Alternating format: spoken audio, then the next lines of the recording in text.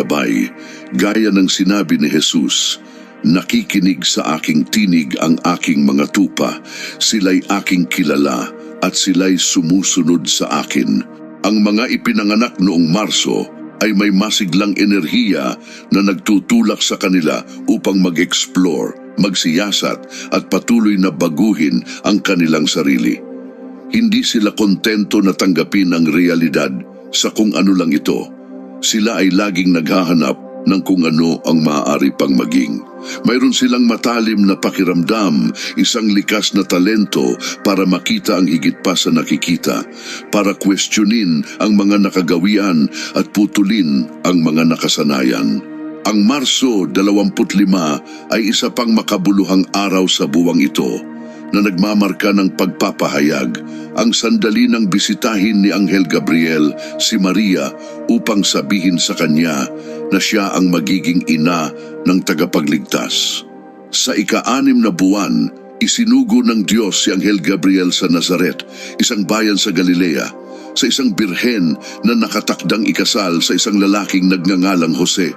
Ang pangalan ng birhen ay Maria.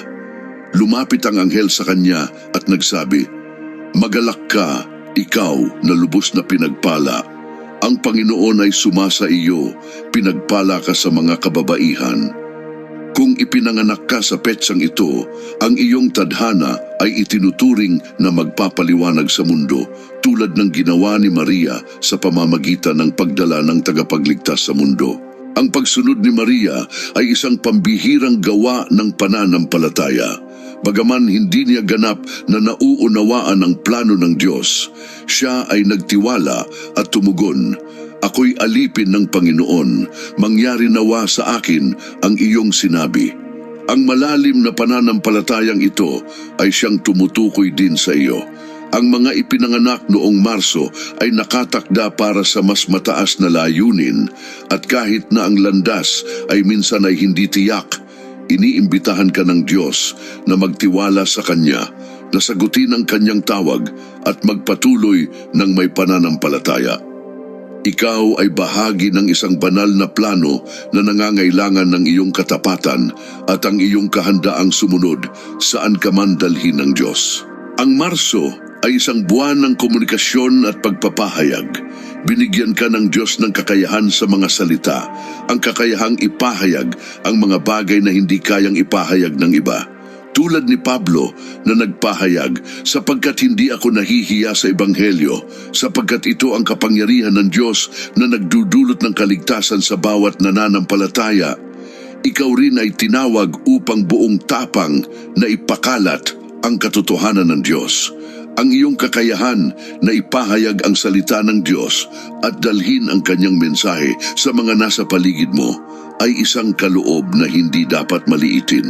Ikaw ay isang kinatawan ni Kristo, isang tagapagsalita ng banal na katotohanan. Ang mga ipinanganak noong Marso ay may espesyal na koneksyon sa tinig ng Diyos.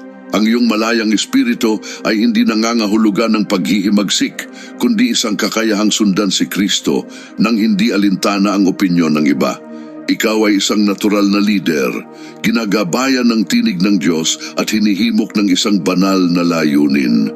Ang pagiging ipinanganak noong Abril ay nagpapahiwatig ng malalim na koneksyon sa mga kaganapang Kristiyano na sumasagisag sa pagtatapos ng isang siklo at sa pagsisimula ng espiritual na pagbabago. Ang buwang ito na minarkahan ng pagdiriwang ng mahal na araw at Pasko ng pagkabuhay ay kumakatawan sa pagsasara ng mga nakaraang yugto at ang pagbubukas ng mga bagong posibilidad. Ang mga ipinanganak sa Abril ay nakikibahagi sa enerhiyang ito ng pagbabago. Hindi aksidente na ang mga pinakabanal na pagdiriwang ng Kristyanismo ay nagaganap sa Abril. Kung ikaw ay ipinanganak sa buwang ito, ang iyong buhay ay itinadhana upang maranasan ang bawat pagbabago bilang isang personal na muling pagkabuhay. Ang Abril ang buwan kung saan si Jesus ay dumaan sa huling yugto ng pagbitaw. Sa Huwebes Santo, sa huling hapunan, ganap na niyang alam na ang kanyang oras sa lupa ay magtatapos na. Alam niya na kailangan niyang iwanan ang kanyang makalupang buhay upang